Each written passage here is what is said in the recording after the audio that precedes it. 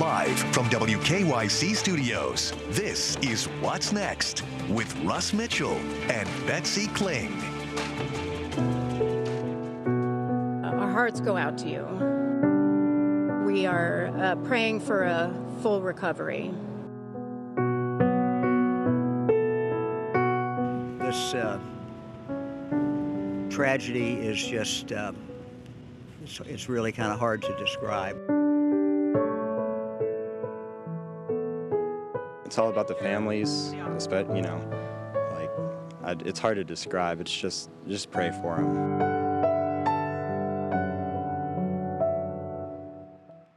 And good evening. Thanks for joining us tonight. Tonight, new information on the breaking news that we've been following all day.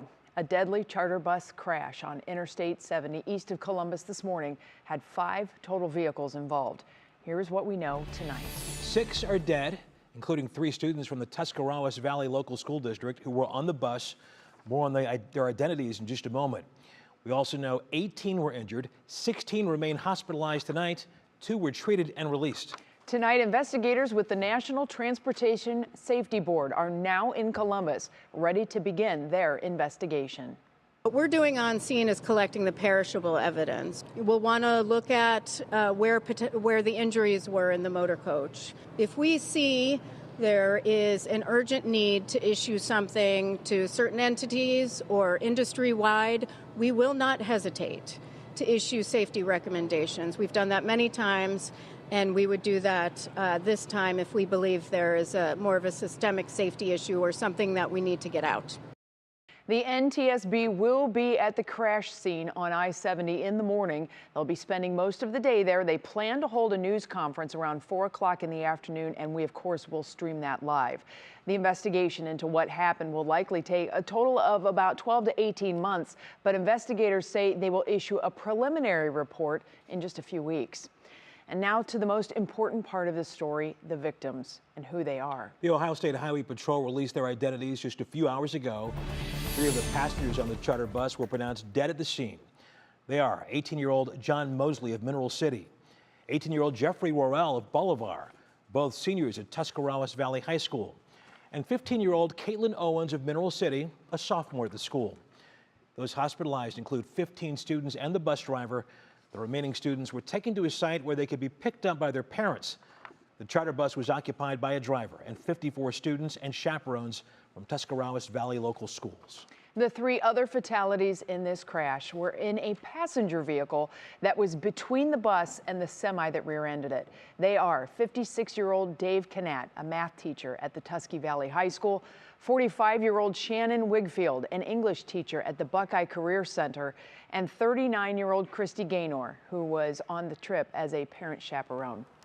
We now turn to our team coverage with reaction to this tragedy. Neil Fisher is live in Mineral City in Tuscarawas County, where a vigil for the victims was held just a few hours ago. But we begin with our Lydia Esparra with reaction from a woman whose father is the bus driver.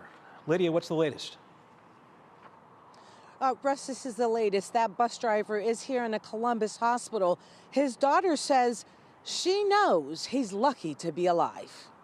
When you look at the pictures of the crash scene, it's hard to believe anyone could have survived. We have heavy fire on the traffic camera, and we are being advised that there is children trapped on the bus. Don Wagler was driving the bus. The 64-year-old has been with the bus company Pioneer for more than 20 years. His daughter, Valerie Wichert, horrified and heartbroken when we saw pictures, says her family received the call first thing Tuesday morning that there had been a horrific accident. My mom sent a picture to all of us and said there was a bus crash and just said, "Don, I hope you're okay. I hope this wasn't you." And about 2 minutes later, she got a call from the bus company and said it was my dad in the accident. Wagler was sent here to Mount Carmel, East Columbus, while many of the injured students were sent to Nationwide Children's Hospital.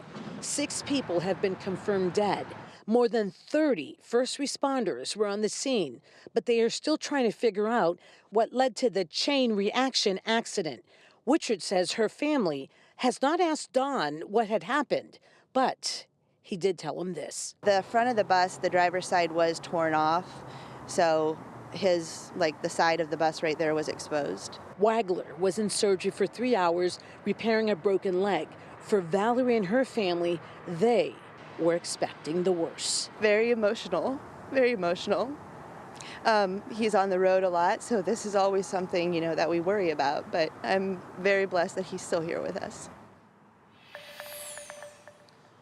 A tough time for so many families right now. Now that bus driver, he is still in the hospital. He's expected to recover from his injuries. And as soon as that happens, he'll head home to the Akron area. And of course, Betsy, when you look at the video, it really is a miracle anyone survived. Yeah, the video is absolutely heartbreaking, most certainly. Lydia Esparra, live in Columbus for us tonight. Thank you.